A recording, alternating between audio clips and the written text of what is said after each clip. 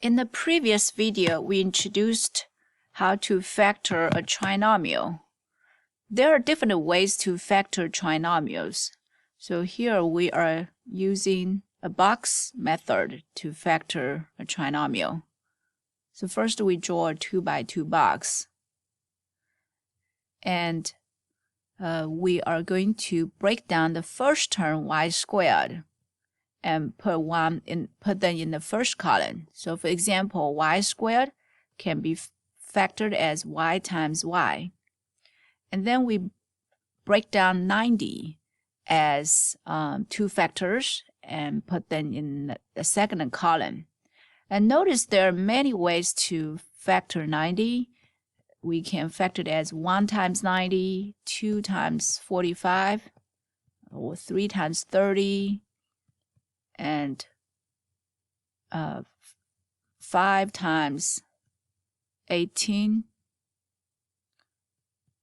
or 6 times 15, and 9 times 10. So there are 1, 2, 3, 4, 5, 6 different ways to factor 90 and as 2 factors.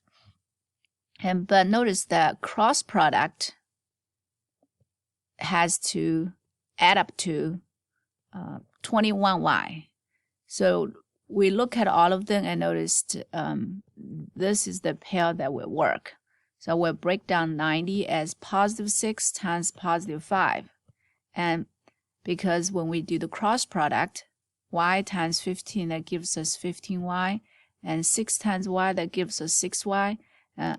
After we add them, we can get 21y to match the one in the middle. So that tells us we can break down y squared plus 21y plus 90 as a binomial y plus 6. So when we write down the answers, we write down horizontally, just like when we multiply 2 digits of number, for example, 16 times 25, and whatever the answer we get, so we write it as 16 times 25. So similarly, we have y plus 6 times y plus 15. So the first row will be our first factor, the second row will be our second factor. And you can multiply it out by FOIL to double check to make sure you got the right answer. Okay, so next we do the same thing and factor the second trinomial. And by the way, whenever we do factoring, we do need to check whether there's GCF. And notice that in the first 2 cases, there are no GCF except 1. And so we move on to factor it as a trinomial. And normally we like to write the terms in the non-decreasing, in a decreasing order or non-increasing order of the exponent, say y squared and then y and then no y. But even if it's not written in that way, one thing you can do is you can switch, then put this one first, negative x squared plus 7x and then plus 8. But it's not necessary to do that. You can just do the same way, break down 8 as 2 times 4 or 1 times 8. So there are different ways to break down 8. It could be 1 times 8 or 2 times 4, and that's it. And so we need to decide which one will work. If we say use the 2 times 4, and we will we can see it won't work. And by the way, x squared, so we break down the first number, first term, and put the factors in the first column. We break down the last term and put them in the second column. So we have x times x, but to get this minus sign, we have to make one of them positive, one of them negative. So let's make this positive, this negative. When we do cross product, we can see that negative 2x plus 4y is not going to give us 7x.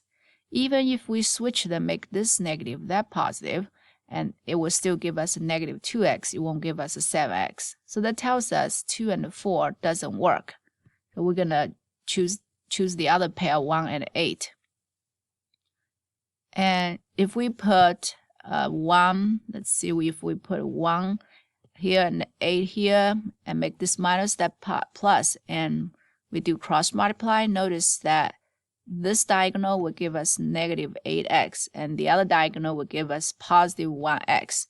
After we combine them, we end up with negative 7x, which is the opposite of the middle term right here. So whenever we get an opposite, all we have to do is to change the sign. Make this one positive, make that one negative. So make the positive, negative, negative, positive. And now notice that this, since we change this to positive, 8 times positive x gives us 8x, and 1 times negative x gives us negative. And then now these two signs are switched. So we will end up with a positive 7x. So now we can write down the answer that is horizontally 1 plus x, the first row, times 8 minus x as the second factor. Okay, now let's look at the next two examples. Now this time when we look, 48, 120, and 75, they have something in common. They have a greatest common factor, 3. And notice that the quick way to check whether a number is divisible by 3 is to add the two digits. 4 plus 8 is 12. 12 is divisible by 3. 1 plus 2 plus 0, it's 3. And again, so that means 3 goes into 120. And 75, 7 plus 5 is 12. And that means if 3 goes into 12, then 3 goes into 75. So we can see 3 goes into all of them. And let's factor out of 3.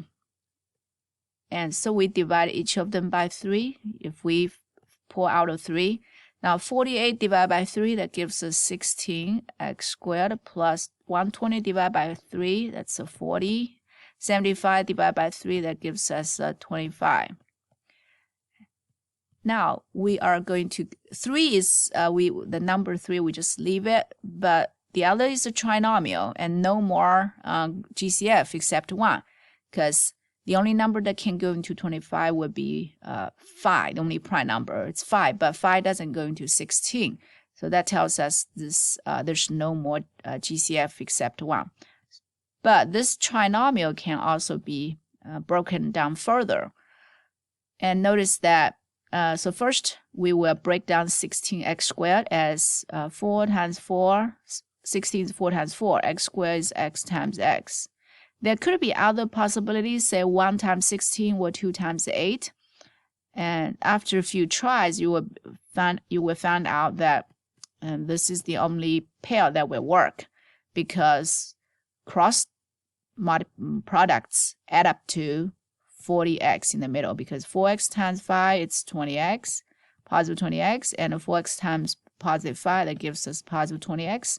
And adding them gives us exactly the positive 40x that matches the one in the middle.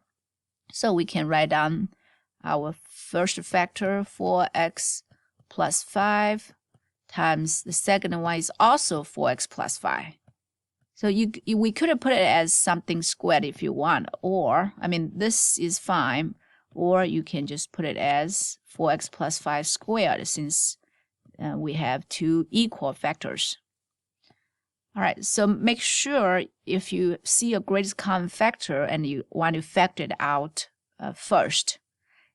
One reason is that can make the trinomial easier to factor. Because otherwise, we have to, instead of breaking down 16, you have to break down 48 and break down 75. These numbers are big. Secondly, if you didn't factor out a 3, you may end up with some GCF in here. So you may have 12x plus 15 here, and you still have to factor out that 3. And so it's always better to factor out the 3 first than later. Okay, so similarly, when we have this question, we found that 20, 68, and 14, they're all even. 2 should go into all of them. And n cubed, n squared, and n goes into all of them. So the GCF is going to be 2n. And then we divide each of them by 2n. Let's see what we have. 20 divided by 2, it's 10. N cubed divided by n, it's n squared. And plus 68 divided by 2, it's 34. N squared divided by n, it's n. minus 14 divided by 2 is 7, n cancels n. And so 2n, we leave it, and 10n squared plus 34 n minus 7. Notice that there's no more GCF except 1. But this is a trinomial. We may be able to factor it further. It is possible we may have a trinomial that is not factorable. If you tried all the possibilities and you can't get the one to match the middle, that just means it's not factorable. Okay, so let's look at this case here, 10n squared. For 7, it's easy because there's only one way to break down 7. It's 1 times 7. In order to get this minus sign, let's make one of them positive, the other negative. And to break down the first term, 10n squared, there were two ways. It could be, by the way, n squared, it has to be n times n. But for 10, it could be 1 times 10 or 2 times 5. And notice this number is 34. In order to get a 34, it seems like if I put a 5 here and 2 here, that will give me, the cross product will give me a negative 35, which is close to 34 here. However, after I do cross multiply, I get negative 35n, but the other one gives us positive 2n. After we add them, we get negative 33n, which is close, but it's not exactly 34. Even if I change the signs, negative, positive, so we'll make this negative, turn this positive, that gives us positive 33n and not 34n. And that tells us, okay, maybe we should try 1 and 10. By the way, if we switch 5 and 2, put a 2 here, 5 here, and you can do a quick check, and it still won't work because it's going to be 14 minus 5. And that gives us 9. It's not going to match 35. So let's try maybe 1 and 10, see if it works. And we put a 1 here and a 10 here and do a quick check. And that's going to give us 7n minus 10n. And that's negative 3n. That doesn't work either. Even if I make this positive, this negative, that just gives me an opposite, which is 10n minus 7n. That's a 3n. So it looks like I tried all the possibilities. There's no way that I can get that. So you would just have to stop right there. This will be your final answer because the trinomial is not factorable. Okay, so that's possible when you have a trinomial that is not factorable. Okay, but if I make a small change here to change the question to 20n cubed plus 63n squared minus 14n, this trinomial will become factorable. So first we still factor out a 2n, but that will give us a divide by 2n, divide by 2n, divide by 2n. That gives us a 10n squared plus 33n minus 7. And this time, from the previous factoring, we know that if I put 2n here and 5n there to break down that part, and I'll put positive 7 here and negative 1 here, that would give me exactly 33n, because 2n times negative 1, that's negative 2n. The other diagonal will multiply to get 35n, and when we combine them, that's exactly 33n. So that would match the 1. In this case, bring down 2n, and that part is factorable. So we can get 2n plus 7 as the first factor and 5n minus 1 as the second factor. And this will be the final answer. If you learned any other ways to factor trinomial and you can stick to that,